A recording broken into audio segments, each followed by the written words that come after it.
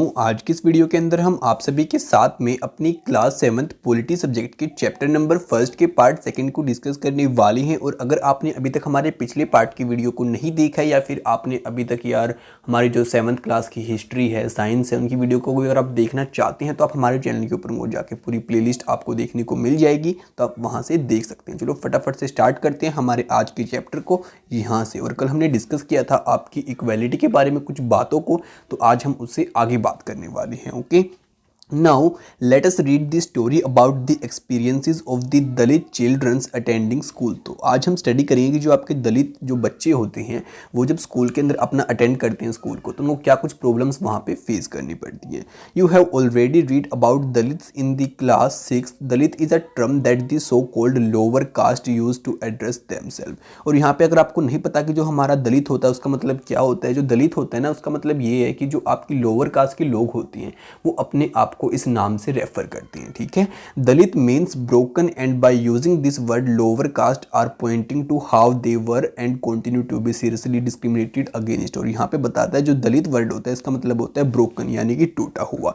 और इस टर्म का यूज करके वो लोग ये बताना चाहते हैं कि जो हम लोग हैं और जो हमसे बड़ी कास्ट के लोग हैं उनके बीच में कितना यहाँ पे डिफरेंस है। ठीक है, बाकी चलो हम अब उनकी कुछ स्टोरी आपको यहाँ पे साथ में शेयर करते हैं, कुछ बातें उनकी समझाते हैं। तो सबसे पहले बताता है आपको ओम प्रकाश वाल्मीकि के बारे में। आपकी 1950 और जो 2013 था उसके बीच में कुछ इसका यहाँ पे टाइम पीरियड रहा होगा। ठीक है, is a famous Dalit writer. और ये क्या थे आपके दलित एक फेमस राइटर थे। ये आपके दलित थे ओम प्रकाश वाल्मीकि, और एक बहुत अच्छे आपके यहाँ पे राइटर भी थे। इन his autobiography Joothan he writes I had to sit away from the others in the class and that too on the floor. और यहाँ पे बताते हैं कि जब मैं स्कूल में जाता था तो भाई मेरे को बाकी बच्चों से काफ़ी दूर बिठाया जाता था और साथ में मेरे को यहाँ पे ज़मीन पे बिठाया जाता था। ठीक है, कहता है the mat ran out before reaching the spot I set on. कि भाई जहाँ पे मैं बैठता था ना वहाँ पे जो चिटाई बिठाई जाती थी, आपको पता है चिटाई बिछा के बच्चे बैठते थे स्कूल में, जो आपके गवर्नमेंट स्कूल होते हैं वहाँ पे। तो भाई ये जो थे ना आपके यहाँ पे ओम प्रकाश, इनको वहाँ पे चिटाई से नीचे यानी कि सीधा जमीन के ऊपर बिठाया जाता था। Sometimes I would have to seat way behind everybody right near the door. और यहाँ पे बता रहा है कि कई बार तो मेरे को दरवाजे के पास में भी वहाँ पे बैठाया जाता था। Sometimes they would beat me without any reason. और कुछ टाइम पे तो जो टीचर क्या करते थे कि बिना किसी रीजन के भी उसको पीट दिया करते थे, या फिर बाकी बच्चे पीट दिया करते थे, आई मीन मार पिटाई भी वो साथ में कर लिया करते थे। Sometimes they would beaten me without any reasons. Why? When he was in class 4th, the headmaster asked Om Prakash to sweep the school and the playground.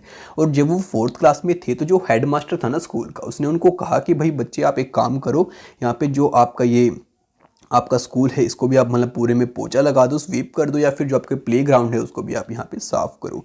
He right the playground was way larger than my small physique could handle and in cleaning it my back began to ache. और यहाँ पे बताता है कि भाई जो वहाँ पे प्ले ग्राउंड था बहुत ज़्यादा बड़ा था, उसको पूरे को साफ करने में यहाँ पे जो उसकी कमर थी उसमें बहुत मतलब कि खतरनाक दर्द वहाँ पे उसको होना स्टार्ट हो गया। My face was converted with dust. और जो उसका पूरा का पूरा चेहरा था उसके ऊपर धूल मिट्टी लग चुकी थी। Dust had gone inside my mouth. The other childrens in my class were studying and I was sweeping. और यहाँ पे बताता है कि बाकी बच्चे तो जो मेरी क्लास के बैठ के स्टडी कर रहे थे और मैं वहाँ पे प्ले ग्राउंड को साफ कर रहा था। Head master was sitting in his room and watching मी। और यहाँ पे बता रहा है कि जो हेड मास्टर था वो अपने कमरे में बैठा हुआ मेरे को वहाँ से दूर से देख रहा था। I was not even allowed to get a drink of water. और मेरे को मतलब कि ये भी बात अलाउ नहीं थी कि मैं एक पानी वहाँ से मतलब जाके पी लूँ, एक गिलास पानी का ही। I swept the whole day from the doors and windows of the school rooms. The eyes of the teacher and the boys saw his spectacles. और यहाँ पे बताता है कि भाई बाकी बच्चे भी और टीचर भी सिर्फ मेरे को देख रहे थे और मैं वहाँ पे साफ सफाई के कामों में लगा हुआ था। Om Prakash was made to sweep the schools and the playground for the next couple of days, and his only came to an end when his father, who happened to passing by, saw his son sweeping. और यहाँ पे बता रहा है कि भाई उनको उसका जो साफ़ सफाई का काम वो इसलिए कर रहा था क्योंकि जो उसके फादर थे पहले वो इस काम को करते थे, और जब उनके फादर थे उसकी डेथ हो चुकी थी, यानी मीन वो पास अवे हो चुके थे, तो अब ये काम कौन करेगा, उसका लड़का करेगा।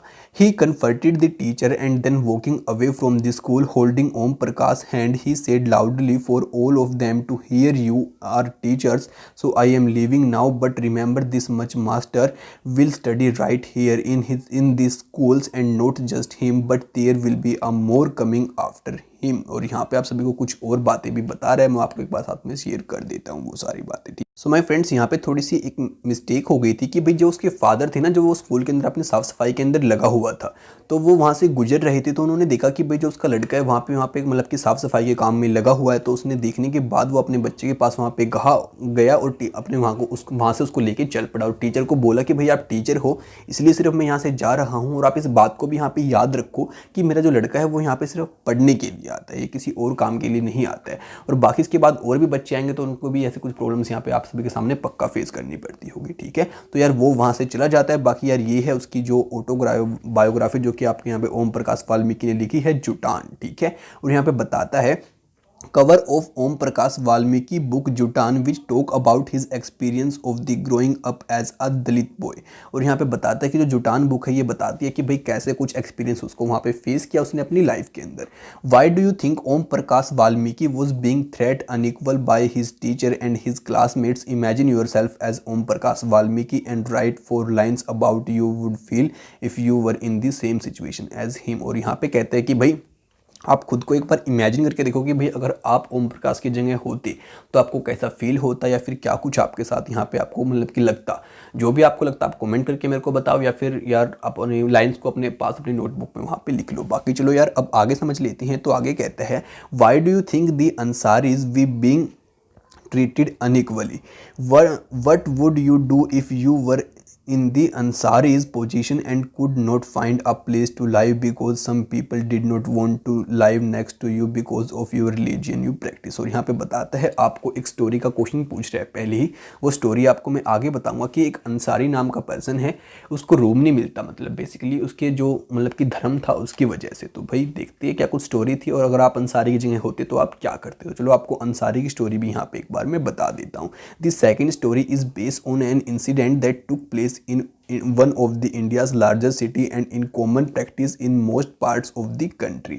और यहाँ पे बताता है कि भाई ऐसा कुछ आज के टाइम पे भी हमें बहुत सारे कंट्री के पार्ट्स के अंदर देखने को मिलता है, और ये जो हम स्टोरी बता रहे हैं एक बहुत बड़ी आपकी एक मतलब कि हमारी सिटी की है, ठीक है। तो चलो एक बार इसको भी जान लेते हैं। It is a story about mister and mrs Ansari who were looking to a rent an apartment in the city. की भाई ये जो आपकी कहानी है ये है मिस्टर एंड मिसिज अंसारी की, जो कि भाई एक मतलब कि अपार्टमेंट को रेंट पे लेने के लिए ढूंढ रही थी, ठीक है। They had the money and so paying the rent was no problem. अब इनके पास पैसा भी ठीक ठाक था, तो इन्हें कोई प्रॉब्लम नहीं थी भाई अपना जो किराया होता है उसको देने में। They went to a property dealer for help to find a place. तो ये प्रॉपर्टी डीलर के पास में गए किसी जगह को यहाँ पे ढूंढने के लिए। The dealer informed them that he knew about quite a few apartment that were available for rent. कि उसने बताया कि भाई मैं कुछ अपार्टमेंट्स को यहाँ पे जानता हूँ जो कि आपको रेंट पे कमरा इजिली यहाँ पे दे देंगे। They visited the first apartment and the Ansari liked it very much and decided to take it। ये सबसे पहली अपार्टमेंट पे गए तो अंसारी को वो अपार्टमेंट पसंद में आ जाता है, वो कहता है चलो ठीक है हम इसको पक्का लेंगे। However, when the landlady found their names, she made an excuse about she could not rent the house to someone who ate meat because the building did not have any non-vegetarian resident। और यहाँ पे बताता है कि भाई जब वो यहाँ पे लैंड लेडी थी यानी जो मकान मालिकिन थी, उसने जब जाना इस बात को कि भाई इन दोनों का क्या नाम है, तो नाम से उसको कास्ट का भी पता लग गया, और कास्ट का पता लगने के बाद उसने एक एक्सक्यूज़ वहाँ पे बना दिया कि भाई ये उन लोगों को किराए पे मकान यहाँ पे नहीं देती जो कि यहाँ पे मीट वगैरह खाते हैं, और ना ही यहाँ पे ऐसा कोई रहता है जो पहले मीट खाता है। Both Ansari and the property dealer were surprise to hear this because they could smell fish being cooked in the neighbour house. और इस बात को सुन के जो वहाँ पे प्रॉपर्टी डीलर था और अंसारी था दोनों चौंक जाते हैं, क्योंकि जो साथ वाला कमरा था वहाँ पे उनको फिश पकने की बिल्कुल जो स्मेल होती है वो आ रही थी। The same excuse was repeated in the second and the third apartment. और यही सेम एक्सक्यूज उनको सेकेंड और थर्ड अपार्टमेंट में गए तो वहाँ पे भी सुनने को मिला। Finally, the property dealer told them that they might want to change their names and call themselves Mr. and Mrs. Kumar. तभी जो प्रॉपर्टी डीलर होता है उनको कहता है कि भाई आपको मेरे को लगता है अपने नेम को चेंज करके उन लोगों को बताना चाहिए, आपको कहना चाहिए कि मैं मिस्टर एंड मिसिज कुमार हूँ, ठीक है। The Ansari were reluctant to do this and decide to look some more. और यहाँ पे जो अंसारी होता है वो इस बात से बिल्कुल मना कर देता है कि मैं अपना नेम चेंज यहाँ पे नहीं करूँगा, और कहता है कि मैं कोई और मकान ही यहाँ पे देख लूँगा। In the end, it took a whole month of looking at apartment before they found a landlady who was willing to give them a place on rent. और भाई इसको खोजते खोजते उनका पूरा यहाँ पे एक मंथ लग जाता है। एक मंथ के बाद ही उन्हें जाके मिल पाता है कोई अच्छा सा मकान रहने के लिए, ठीक है। तो भाई यहाँ पे आपने रिकोगनाइज़ किया डिग्निटी को कि भाई उनकी डिग्निटी कितनी बार यहाँ पे हर्ट हुई। उनको सिर्फ इसलिए नहीं रखा जा रहा था वहाँ पे रेंट के ऊपर क्योंकि भाई उनके पास मतलब कि जो कास्ट थी वो उनकी दूसरी कास्ट थी। You have understand by now that the caste we born into, the religion we practice, the class background we come from, whether we are male or female, these are often the things that determine why some people are treated unequally। तो इन सभी चीज़ों को देख के आपको ये समझ में आ गया होगा कि जो आपकी कास्ट बेस्ड आपकी इनइक्वालिटी होती है वो कैसे आती है और यहाँ पे मतलब कि कैसे लोग मतलब कि अनइक्वल एक दूसरे को यहाँ पे फील कराती हैं। Om Prakash Valmiki and Ansari are being treated unequally on the basis of difference of the caste and religion. और यहाँ पे जो अंसारी थे, वाल्मीकि था, इन दोनों को आपके कास्ट और रिलीजियन धर्म के बेस पे मतलब कि क्या ट्रीट किया गया, अनइक्वली ट्रीट किया गया। When persons are treated unequally their dignity is violated. अगर हम किसी को यहाँ पे मतलब कि अनइक्वली ट्रीट करते हैं तो उसकी जो डिग्निटी होती है वो वोलेट हो जाती है। आई मीन उसके ऊपर यहाँ पे बिल्कुल असर पड़ता है, गहरा प्रभाव पड़ता है। The dignity of both Om Prakash Valmiki and Ansari was violated because of why in which they were treated by picking on him and making him sweep the school because of his caste. Om Prakash Valmiki schoolmates and teacher hurt his dignity badly and made him feel as he was less than equal to all other students. और यहाँ पे भाई उसकी जो cast थी उसी के कारण यहाँ पे ओम प्रकाश वाल्मीकि से वहाँ पे मतलब कि स्कूल के प्लेग्राउंड को, स्कूल को साफ कराया गया और साथ में जो बाकी बच्चे थे उनसे उसको बिल्कुल यहाँ पे अलग फील कराया गया स्कूल के अंदर। Being a child Om Prakash could do very little about the situation that he was in. It was his father who on seeing his son sweep felt angry by his unequal treatment and confronted the teachers. और यहाँ पे जो उसके पिता थे वो बहुत छोटा ही काम यहाँ पे कर पाए कि भाई अपने बच्चे को ऐसे काम करते हुए देख के वहाँ स्कूल से उसको वो ले गए और टीचर्स को भी इस बात को कहा। The Ansari dignity was also hurt when person refuse to lease their apartment to them. और यहाँ पे जो अंसारी था भाई उसकी डिग्निटी भी यहाँ पे तब हर्ट हुई। कैसे हर्ट हुई कि जब उसको यहाँ पे अपार्टमेंट देने से उन लोगों ने मना कर दिया। However when the property dealer suggest that they change their names it was their dignity और self respect that made them refuse this suggestion. और यहाँ पे बताता है कि भाई जब प्रॉपर्टी डीलर ने उनको कहा कि भाई अपना नेम चेंज कर लो तो ये उनकी जो सेल्फ मतलब कि हमारी बात होती है ना, हम सेल्फ रिस्पेक्ट की, उस बात को देख के उन लोगों ने इस बात को चेंज नहीं किया, ना इस बात को माना। Om Prakash and the Ansari do not deserve to be treated like this. They deserve the same respect and dignity as anyone else। और यहाँ पे बताता है कि भाई जो ओम प्रकाश है और आपके यहाँ पे अंसारी हैं ये भी नहीं चाहते कि भाई जो साथ में मतलब कि इनके साथ में से अलग तरीके का व्यवहार यहाँ पे किया जाए। वो भी चाहते हैं कि हमारे साथ में भी बाकी लोगों जैसा मतलब कि इक्वल व्यवहार यहाँ पे किया जाए, ठीक है। अब यार आपको बताते हैं इक्वालिटी इन इंडियन डेमोक्रेसी की। जो हमारी इंडियन डेमोक्रेसी है यहाँ पे इक्वालिटी का क्या मतलब निकलता है आपका। The Indian constitution recognise every person as equal कि जो हमारे भारत का संविधान है वो हर एक लोगों को यहाँ पे इक्वल समझता है, ठीक है। This mean that every individual in the country including male and female person from all caste, religion, tribe, education and economic backgrounds are recognised as equal कि भाई आप मतलब कि किसी भी धर्म से बिलोंग करते हो, आप मेल हो, फीमेल हो, आप किसी ट्राइब से बिलोंग करते हो, आपने कितनी ज़्यादा पढ़ाई कर रखी है या फिर कितने ज़्यादा आप अमीर हो, लेकिन आप सभी लोग इक्वल यहाँ पे ट्रीट किए जाओगे, ठीक है। This is not to say that inequality cease to exist. और ये माना जाता है कि भाई इनइक्वालिटी हमारे भारत के अंदर बिल्कुल भी नहीं है, हमारे इंडिया के अंदर बिल्कुल भी नहीं है। इट डज नॉट, जबकि ऐसा मतलब कि रियलिटी के अंदर नहीं है। But at least in democratic India, the principle of equality of all persons is recognized कि भाई एटलीस्ट हमें इतना तो करना चाहिए कि हर एक पर्सन को हर एक किसी की इक्वालिटी यहाँ पे समझनी चाहिए, ठीक है। While earlier no law existed to protect people from discrimination and ill treatment, now there are several that work to see the people are treated with dignity and as equals। और यहाँ पे भाई पहले तो आपके ज़माने में कोई लॉ वगैरह भी ऐसे नहीं होते थे, लेकिन अब हमारी गवर्नमेंट ने हमारे संविधान के अंदर काफ़ी सारे लॉ यहाँ पे देखने को मिलते हैं जो कि इन लोगों को यहाँ पे मतलब कि डिग्निटी को बचाती हैं। तो हमें उन लोग की भी हेल्प यहाँ पे लेनी चाहिए, लेकिन जो हमारी डिग्निटी है हमें करना चाहिए कि भी हम सभी लोग यहाँ पे इक्वली रहें मतलब कि। और अगर आप भी ये ठान लें कि भाई मैं अपने से मतलब कि कोई भी कास्ट का पर्सन हो, किसी भी चीज़ का पर्सन हो, मैं सभी को इक्वली ट्रीट करूँगा, ठीक है, तो यार और भी हमारी हेल्प होगी और हमारा जो नेशन होगा और ज़्यादा अच्छा बन पाएगा।